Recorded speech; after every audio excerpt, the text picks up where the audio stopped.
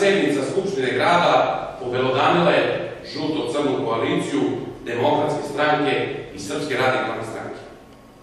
Nakon što je nedavno lider zrenjinskih demokrata Predrag Grgić u intervju za list Danas nahvalio radikale kao lokal patriote i konstruktivnu opoziciju i nakon što je lider zrenjinskih radikala Saša Sandovac javno nahvalio Miletu Mihajlova kao efikasnog gradonačelnika, na samom zasedanju Skupštine saradnja demokrata i radikala doživjela je prostor. Zajedničko namirivanje, glasanje, ospisi.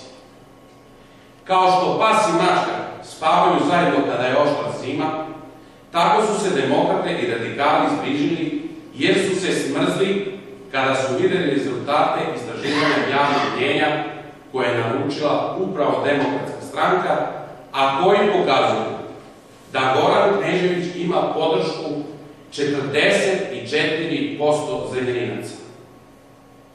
Nakon što su pre par godina zarad vlasti prigrlili partiju Slobodana Miloševića, demokrate sada grle i Šešeljevu stranku. U nameri da spreče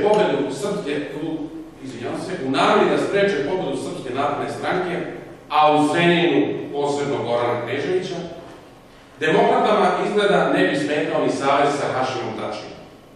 A javni radikali su opet prihvatili da budu prljavo oruđe režima u borbi protiv opozicije.